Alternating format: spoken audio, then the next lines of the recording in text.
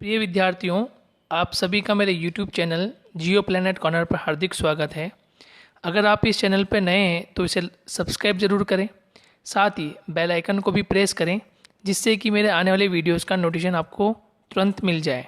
और यदि आपको वीडियोस पसंद आए तो इसे लाइक एंड शेयर करना ना भूलें। हेलो स्टूडेंट्स, भूगोल की सीरीज़ में हम कक्षा 12 के लिए एक महत्वपूर्ण अध्याय विश्व जनसंख्या संरचना पर अध्ययन कर रहे थे और हम उसमें लास्ट आयु संरचना और लिंगानुपात टॉपिक को डिस्क्राइब कर चुके हैं। मैं आपको उसमें समझा चुका हूँ कि किस प्रकार से लिंगानुपात ज्ञात किया जा सकता है और वह किसी भी देश के लिए क्यों महत्वपूर्ण होता है। अब हम चर्चा करेंगे दोस्तों एक नए टॉपिक की, और जिसमें हम ये पढ़ेंगे कि जनसंख्या संगठन क्या होता है, साक्षरता किस प्रकार से ज्ञात की जा सकती है और साक्षरता किसी भी देश के लिए क्यों महत्वपूर्ण होती है, और जनसंख्या की व्यावसायिक संरचना किस प्रकार की रहती है। दोस्तों, वीडियो के अंत तक बने रहें ताकि वीडियो के मध्य में आने वाले कुछ प्रश्न, कुछ महत्वपूर्ण जानकारी आप तक पहुंच सके और बोर्ड एग्ज़ाम में आप उसका लाभ उठा सके। तो शुरुआत करते हैं आज के टॉपिक की, और आज का टॉपिक होगा जनसंख्या संगठन। इस पर हम चर्चा करेंगे कि जनसंख्या संगठन क्या होता है और ये किसी भी देश के लिए क्यों महत्वपूर्ण होता है। जनसंख्या संगठन में किसी देश की नगरीय व ग्रामीण जनसंख्या के अनुपात को देखा जाता है। तो बहुत ही इम्पोर्टेंट है, आपसे पहला प्रश्न यही पूछा जा सकता है दोस्तों कि जनसंख्या संगठन क्या होता है। तो जनसंख्या संगठन में किसी भी देश में दो तरह की पॉपुलेशन होती है, ये आपको ध्यान रखना है। दो तरह की पॉपुलेशन होती है, एक होती है ग्रामीण पॉपुलेशन, ठीक है, जिसको हम ग्रामीण जनसंख्या कहते हैं, और एक होती है नगरीय जनसंख्या, एक होती है नगरीय जनसंख्या। तो दो तरह की पॉपुलेशन होती है, एक होती है ग्रामीण जनसंख्या, ठीक है, ग्रामीण क्षेत्र की पॉपुलेशन होती है, एक होती है नगरीय जनसंख्या, ठीक है। दो तरह की ग्रामीण और नगरीय जनसंख्या का जो अनुपात होता है वही क्या कहलाता है, जनसंख्या का संगठन कहलाता है। तो महत्वपूर्ण है, परिभाषा एक प्रकार से परिभाषा है, या यूँ समझ लीजिए कि जनसंख्या संगठन किस प्रकार से ज्ञात किया जाता है या किन दो के मध्य अनुपात रखा जाता है। तो आपको ध्यान रखना है, एक नगरीय और एक ग्रामीण जनसंख्या के अनुपात को रखा जाता है। गांवों में रहने वाली कृषि अथवा प्राकृतिक क्रियाकलापों में संलग्न जनसंख्या को ग्रामीण जनसंख्या, और नगरों में निवास करने वाली गैर कृषि कार्य जैसे उद्योग व अन्य सेवाओं में संलग्न जनसंख्या को नगरीय जनसंख्या कहते हैं। अब देखिए, इम्पोर्टेंट बात यह है, कोई आपसे पूछ ले कि नगरीय जनसंख्या किसे कहते हैं, नगरीय जनसंख्या क्या होती है, या पूछ ले ग्रामीण जनसंख्या क्या होती है, किसे कहते हैं। तो देखिए, ग्रामीण जनसंख्या हम किसे कह सकते हैं कि कृषि कार्यों, ठीक है, अर्थात ऐसे कार्य जो कृषि पर निर्भर हों, जो केवल कृषि से ही प्राप्त किए जा सकते हैं, और कृषि अधिकांश कहाँ होगी, आपको गांवों में मिलेगी, शहरों में नहीं मिलती। तो कृषि अथवा प्राकृतिक क्रियाकलापों में संलग्न जनसंख्या को ग्रामीण जनसंख्या कहते हैं।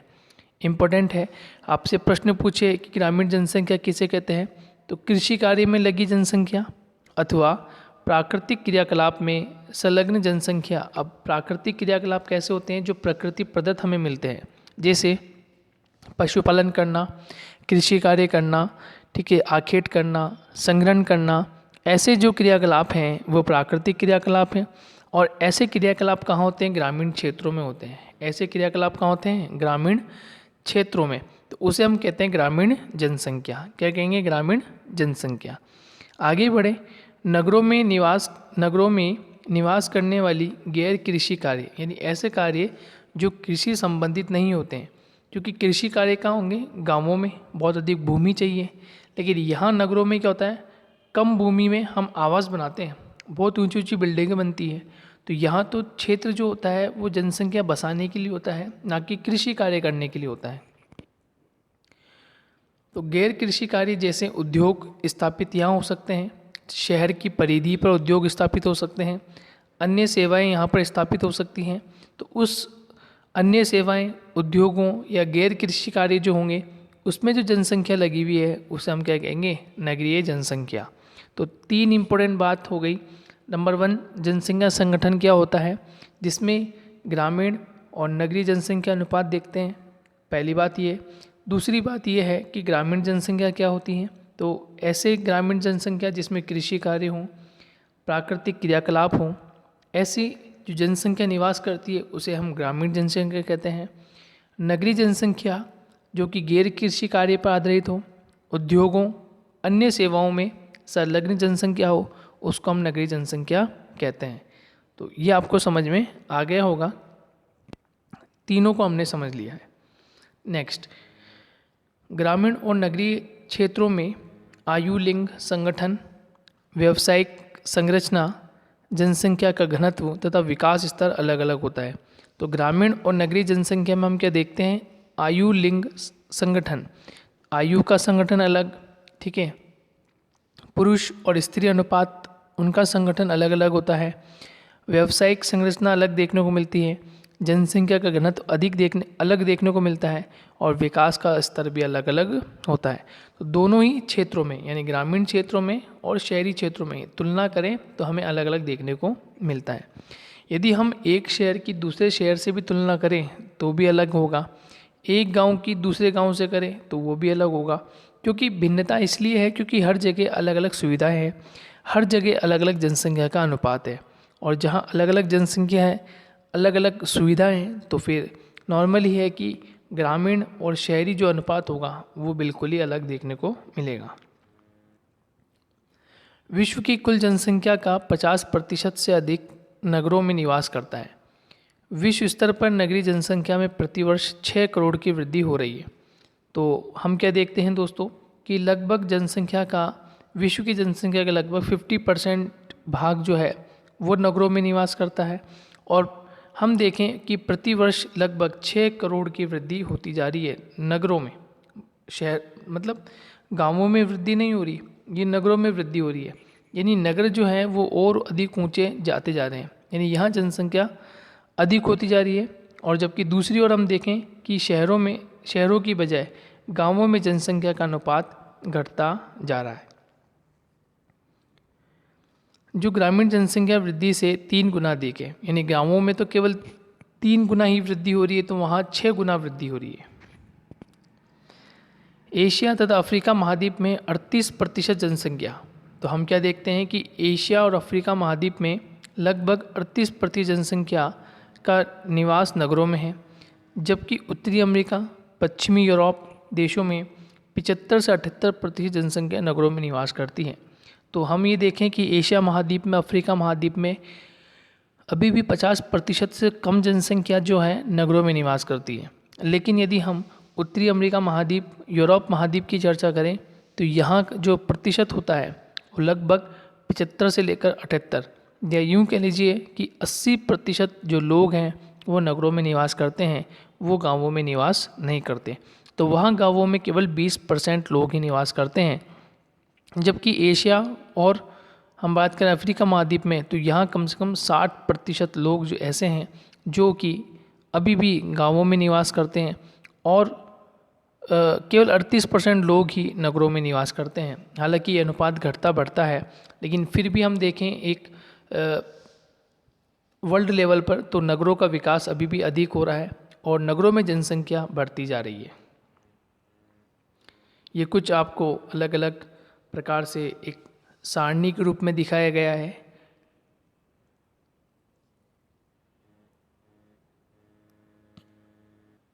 अब हम यहाँ देखते हैं एक चीज़, सन 1800 ईस्वी तक विश्व की केवल 2.5% जनसंख्या नगरों में निवास करती थी।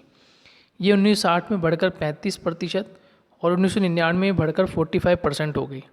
2004 तक 50% से अधिक हो गई है।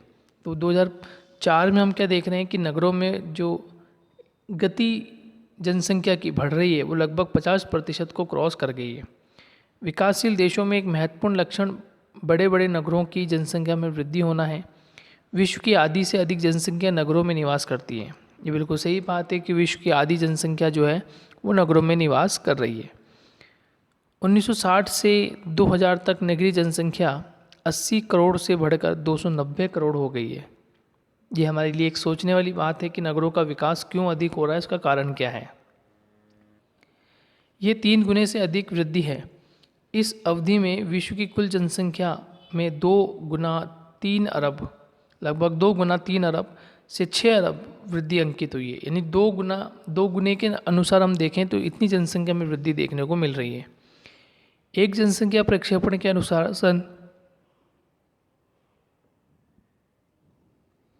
2030 ईस्वी तक नगरीय जनसंख्या 8 अरब तक बढ़ जाएगी। यानी हम क्या देख रहे हैं कि जैसे जैसे हम नेक्स्ट ईयर में प्रवेश कर रहे हैं या उसके आगे हम बढ़ रहे हैं तो जनसंख्या, नगरों की जनसंख्या वो अधिकांश होती जा रही है।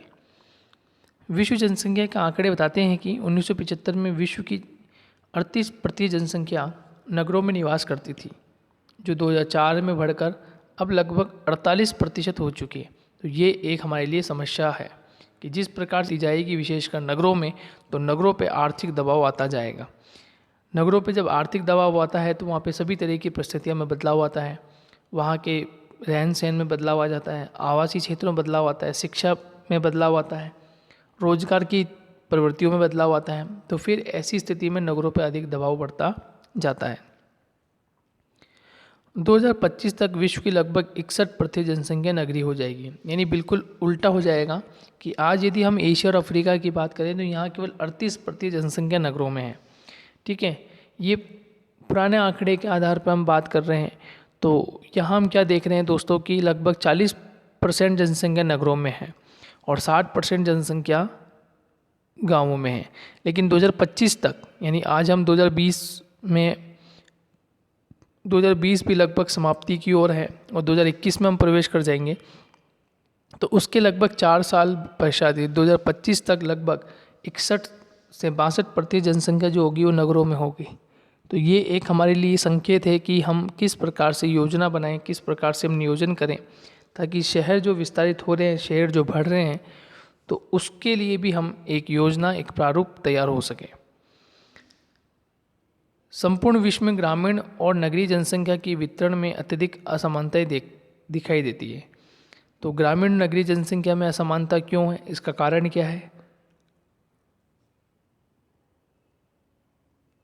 अनेक कारण हो सकते हैं, जैसे अभी मैंने चर्चा की, आवास, ठीक है, रहन सहन, शिक्षा, रोजगार। उसके अलावा हम ये देखते हैं कि अन्य जो क्षेत्र हैं वहाँ प्राइवेट क्षेत्र भी हो सकते हैं। तो उन क्षेत्रों में लोग कार्य करने के लिए आते हैं, कुछ स्थायी रूप से बस जाते हैं वहाँ पर। तो ये इसका एक प्रमुख कारण भी हो सकता है। अब एक वर्गीकरण के तहत ये बताया गया है कि उच्च नगरीय जनसंख्या कहाँ निवास करती है, मध्यम नगरीय जनसंख्या कहाँ है और न्यून नगरीय जनसंख्या कहाँ पर देखने को मिलती है। देखिए, उच्च नगरीय जनसंख्या इस वर्ग में विश्व के वे देश आते हैं जिनमें नगरीय जनसंख्या का प्रतिशत 60 से अधिक है, जहाँ 60% से अधिक लोग नगरों में निवास करते हैं। यूएसए, कनाडा,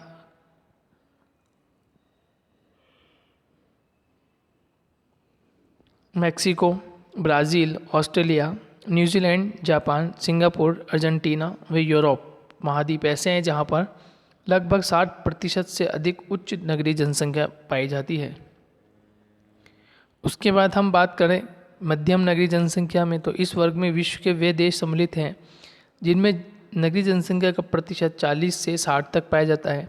इसमें इंडोनेशिया है, चीन है, दक्षिण अफ्रीका है, मिस्र, वेनेजुएला, क्यूबा, जमैका और हैती आदि ऐसे देश हैं जहाँ पर लगभग मध्यम नगरीय जनसंख्या पाई जाती है।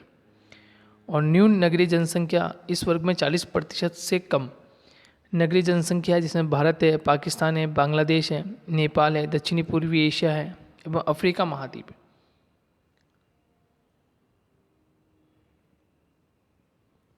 तो ये रीज़न ऐसा है जहाँ पर 40% या उससे कम नगरीय जनसंख्या है, जबकि विश्व की सर्वाधिक 60 से अधिक जनसंख्या आपको यूएसए रीजन में देखने को मिलती है।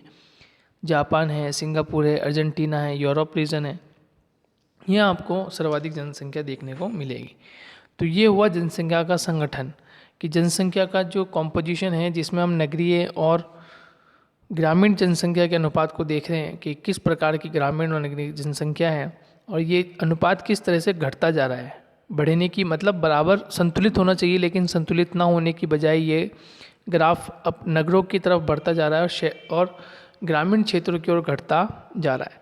आने वाले समय में लगभग 2030-2040 तक भारत में भी, और यह भारत खुद अब या तो द्वितीय स्थान पर या फिर प्रथम स्थान पर होगा, मतलब उच्च नगरीय जनसंख्या में हो सकता है या मध्यम नगरीय जनसंख्या में हो सकता है। हालांकि फिर भी हमें ग्रामीण जनसंख्या की आवश्यकता होगी, क्योंकि अधिकांश काम जो है, जैसे प्राथमिक उद्योग जो है,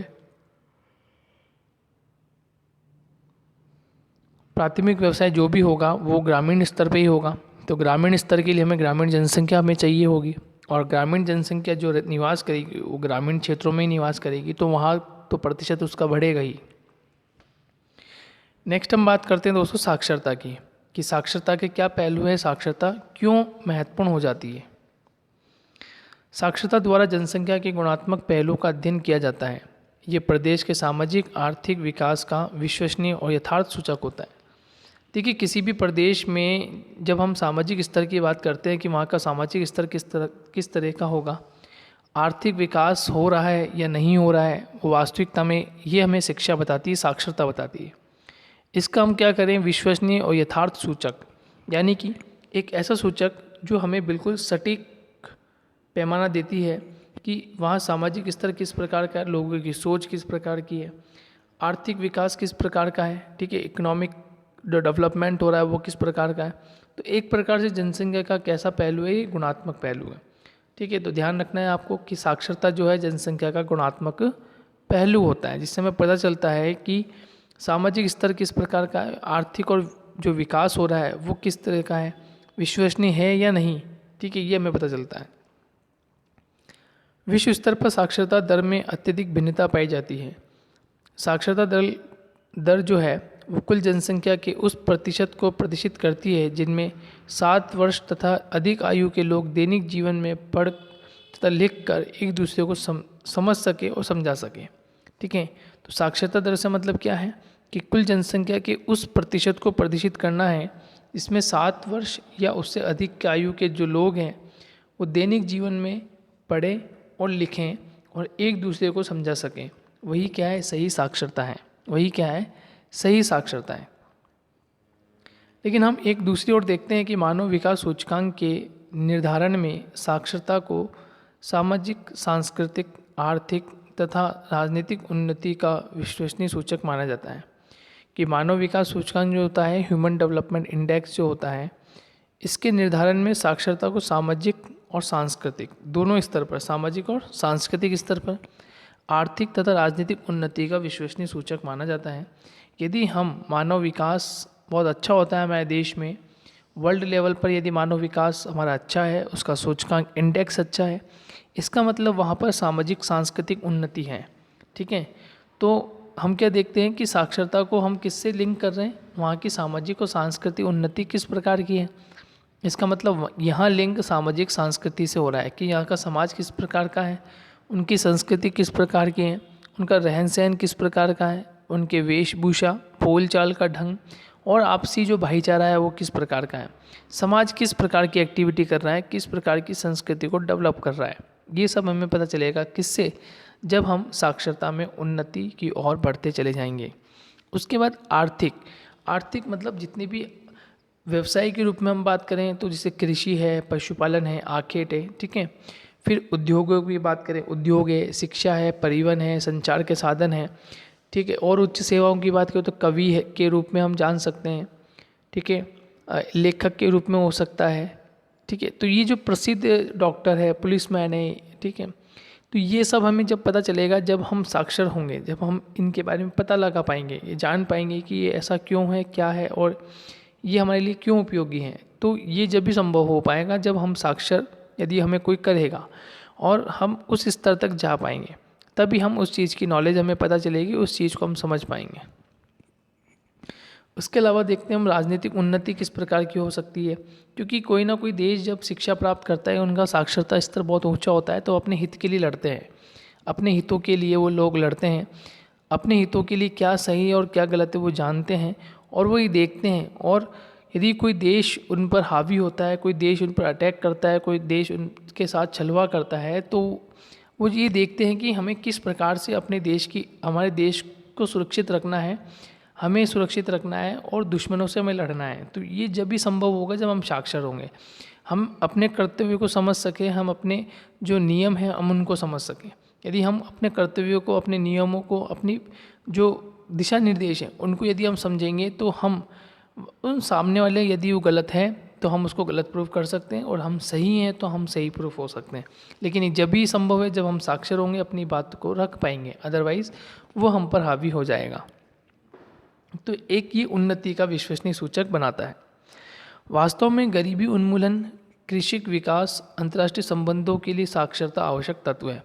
यानी गरीबी उन्मूलन मतलब गरीबी, कहीं पर गरीबी अधिक है तो ऐसा होने के पीछे क्या कारण है, अपने समाज को हम उस गरीबी से कैसे मिटा सकते हैं, इसके लिए साक्षर होना अत्यंत आवश्यक। कृषि विकास जो भी है, कृषि संबंध जो भी विकास है, अंतर्राष्ट्रीय संबंध होता है, उन्हें हमें साक्षर बनना पड़ता है। इसलिए साक्षरता जनसंख्या की प्रजनन, मृत्यु दर, गत्यात्मकता तथा व्यवसाय आदि पक्षों का प्रभावित करती है। तो ये इम्पोर्टेंट है कि साक्षरता के लिए हमें ऐसे कौन सी चीज़ें हैं जिससे साक्षरता प्रभावित होती है, तो उसमें है प्रजनन, मृत्यु दर, गत्यात्मकता यानी मोबिलिटी, और व्यवसाय, ठीक है, ऑक्यूपेशन, ये किस प्रकार से साक्षरता को प्रभावित करता है।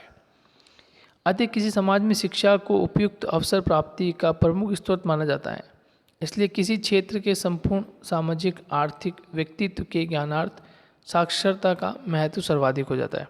यानी किसी भी क्षेत्र में हम क्या देखें कि संपूर्ण सामाजिक जो क्षेत्र होता है, संपूर्ण सामाजिक आर्थिक जो व्यक्तित्व होता है, वो साक्षरता को महत्व सर्वाधिक देता है। तो ये कुछ महत्वपूर्ण बातें थी जो हमने सीखी कि साक्षरता क्यों महत्वपूर्ण है हमारे लिए, साक्षरता से क्या हो सकता है, और ये हमारे लिए आगे चलकर किस प्रकार से लाभकारी हो। साक्षरता दर को प्रभावित करने वाले कारकों में आर्थिक, ठीक है, आर्थिक विकास का स्तर। आर्थिक विकास का स्तर मैंने अभी चर्चा की थी पहले कि आर्थिक विकास जो भी हैं, चाहे वो हम किसी भी प्रकार का व्यवसाय करें, ठीक है, ये ज़रूरी है कि हमें नॉलेज हो उस चीज़ के बारे में, जो भी हम व्यवसाय शुरू करने जा रहे हैं तो उसका स्तर हम किस तरह से बढ़ा सकते हैं, हम अपने देश की प्रगति किस प्रकार से कर सकते हैं। यदि कोई आर्थिक व्यापार हम कर रहे हैं, यदि हम कृषि कार्य कर रहे हैं, खनिज से हम उद्योगों का निर्माण कर रहे हैं, पशुपालन करते हैं, ठीक है, उद्योगों की स्थापना करते हैं, किसी भी उद्योग की हम स्थापना कर रहे हैं, परिवहन हो, संचार हो, तो हम उससे किस प्रकार से हमारे देश के आर्थिक विकास का स्तर ऊंचा कर सकते हैं, हमें लाभ पहुंचा सकते हैं। नगरीकरण, जीवन स्तर।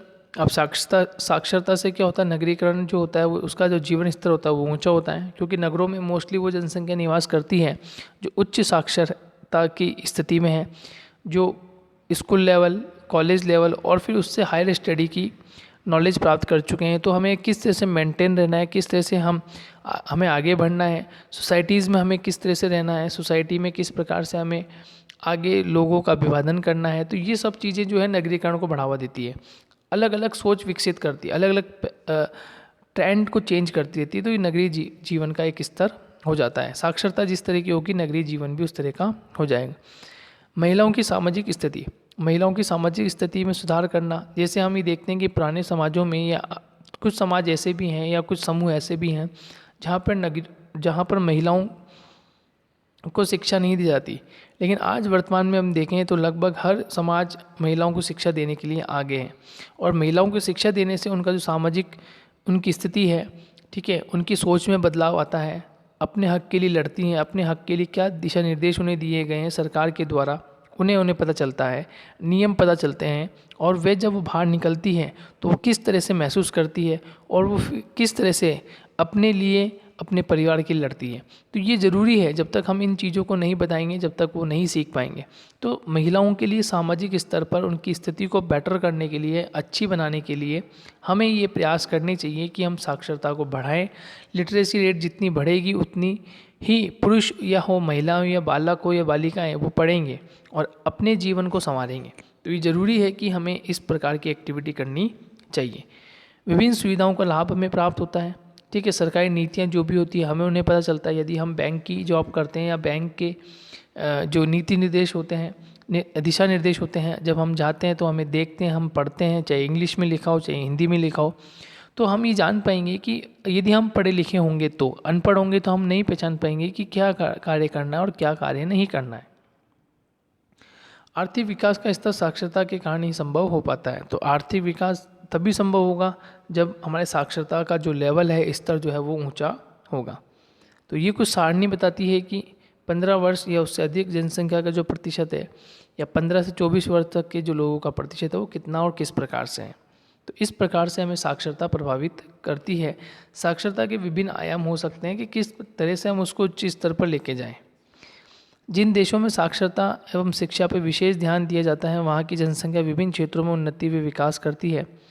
विश्व स्तर पर सभी देशों की सरकार इस पर प्रयत्नशील है, ठीक है, प्रयत्न करती रहती है कि हम किस प्रकार से साक्षरता के लेवल को ऊंचा बढ़ा सकें, कि उन्नत और नगरीय अर्थव्यवस्थाओं उच्चतर साक्षरता दर और उच्चतर शैक्षणिक स्तर को प्रतिबंधित करती है। विकासशील देशों को इस ओर ध्यान देना विशेष महत्व है। जो विकासशील देश है उन्हें आवश्यकता महसूस होगी कि हम किस प्रकार से साक्षरता को बढ़ा सकते हैं, कौन कौन से ऐसे आयाम, ऐसे नियम ला सकते हैं जिसके माध्यम से हमारा साक्षरता का लेवल बढ़ जाए। फिर है जनसंख्या के व्यावसायिक संरचना, की जनसंख्या की जो व्यावसायिक संरचना है वो किस प्रकार से होती है। व्यावसायिक संरचना के अंतर्गत कुल जनसंख्या में कार्यरत जनसंख्या के विभिन्न व्यवसाय अथवा कार्यों में संलग्नता का अध्ययन किया जाता है। यानी व्यवसायिक संरचना का मतलब होता है कि कितने लोग, कितनी जनसंख्या जो है वो कोई कार्य में लगी हुई है, कोई कार्य में जुटी हुई है, व्यवसाय कर रही है, ठीक है, कोई कार्य में संलग्न है। तो व्यवसायिक संरचना के अंतर्गत कुल जनसंख्या में कार्यरत जनसंख्या के विभिन्न व्यवसाय अथवा कार्यों में संलग्नता का अध्ययन किया जाता है कि कौन से क्षेत्र में कितने लोग कार्य कर रहे हैं, उस जनसंख्या का क्या अनुपात है। मान लीजिए किसी क्षेत्र में 100 लोग निवास करते हैं, वहाँ की जो जनसंख्या है 100 लोगों की जनसंख्या है, और 100 में से लगभग 90 लोग जो है वो कार्य करते हैं, किसी न किसी कार्य में जुटे हुए हैं, चाहे प्राथमिक व्यवसाय के रूप में, द्वितीयक व्यवसाय, तृतीयक व्यवसाय, चतुर्थ व्यवसाय, पंचम व्यवसाय, किसी भी व्यवसाय में वो लोग जुड़े हुए हैं। तो इसका मतलब वहाँ का जो स्तर है, रहन सहन है, वो ऊंचा होगा, क्योंकि लोग जब कोई ना कोई कार्य करेंगे तो उन्हें आमदनी मिलेगी, जब आमदनी मिलेगी तो वे खर्चा करेंगे अपने ऊपर, ठीक है। अब किसी क्षेत्र में ये भी हो सकता है कि किसी क्षेत्र में 100 जनसंख्या रहती है और उसमें केवल 10 लोग ही कार्य करते हैं, तो इससे क्या होगा, आर्थिक दबाव आ जाएगा, क्योंकि 90 लोग जो है वो किन किन पर डिपेंड होंगे, उन 10 लोगों पर। जबकि इस कंडीशन में क्या है कि यहाँ 100 लोग रहते हैं और 90 लोग कार्य करते हैं, मतलब डिपेंडेबल कितने हैं, 100, 10 है डिपेंडेबल है, मतलब उन 90 लोगों पे 10 लोग निर्भर है। जबकि यहाँ पर उल्टा है, यहाँ उल्टा क्या है दोस्तों, यहाँ उल्टा ये है कि यहाँ 100 जनसंख्या है और 10 लोग कार्य कर रहे हैं, यानी 10 लोगों पे 90 लोग निर्भर है, तो बिल्कुल ही यहाँ उल्टा है। तो ऐसे स्तर पर हम देखेंगे कि जनसंख्या जो व्यावसायिक संरचना है वो किस किस प्रकार से निर्भर करती है और वो किस प्रकार से अपना प्रभाव छोड़ती है, ठीक है। तो नेक्स्ट हम ये पढ़ रहे हैं कि परिश्रम युक्त व्यावसायिक कार्यों में जुड़ी तथा इन्हीं कार्यों से जीविकोपार्जन करने वाली जनसंख्या को आर्थिक रूप से सक्रिय जनसंख्या कहा जाता है। किसी निश्चित आर्थिक कार्य के अंतर्गत जुड़ी हुई किसी सक्रिय जनसंख्या के आनुपातिक वितरण को जनसंख्या की व्यावसायिक संरचना कहते हैं।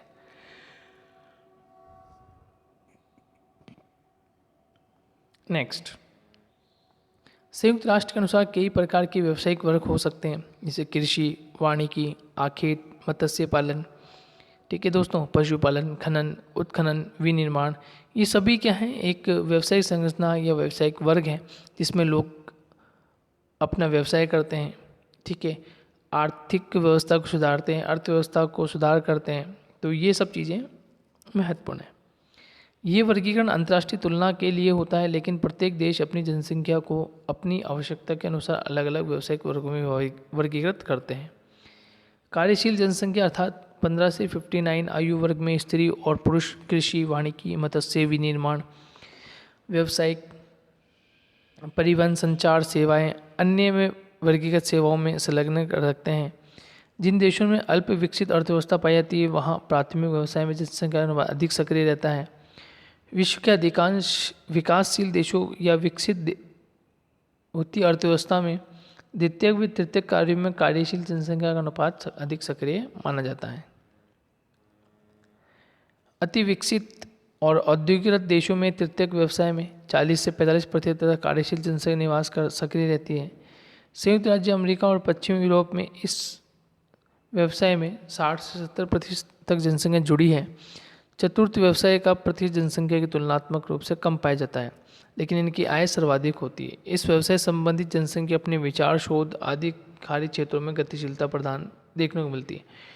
तो देखिए हम क्या देखते हैं कि जिन क्षेत्रों का स्तर यदि बहुत नीचा है तो वहाँ कृषि या वहाँ प्राथमिक व्यवसाय पर अधिक जोर दिया जाता है, लेकिन जहाँ पर अति विकसित और औद्योगिक देशों में तृतीय व्यवसाय को अधिक चुना है। और यहाँ जो मेनली तृतीयक व्यवसाय में लगभग 40 से 45% जनसंख्या कार्यशील के रूप में या कार्यशील रहकर कार्य कर रही है, जबकि जो बड़े देश हैं जहाँ पर जनसंख्या का संगठन बहुत उच्च अधिक है, साक्षरता वहाँ पे अच्छी है, तो ऐसे रीजन में हमें लगभग 60 से 70% जनसंख्या इन क्षेत्रों से जुड़ी हुई मिलती है। तो इस प्रकार से दोस्तों 3 महत्वपूर्ण जो टॉपिक बच गए थे उसको हमने कंप्लीट कर लिया है। जनसंख्या का संगठन, उसकी साक्षरता और फिर लास्ट हमने पढ़ लिया है एक अंतिम बिंदु, जनसंख्या की व्यावसायिक संरचना। तो इस प्रकार से आपका ये चैप्टर पूरा हो गया है। महत्वपूर्ण जानकारी मैंने उपलब्ध करवा दी, आपको प्रश्न किस प्रकार से पूछा जाएगा वो भी उपलब्ध हो चुका है। तो मिलेंगे दोस्तों नेक्स्ट लेक्चर में, जब तक के लिए बाय बाय, टेक केयर।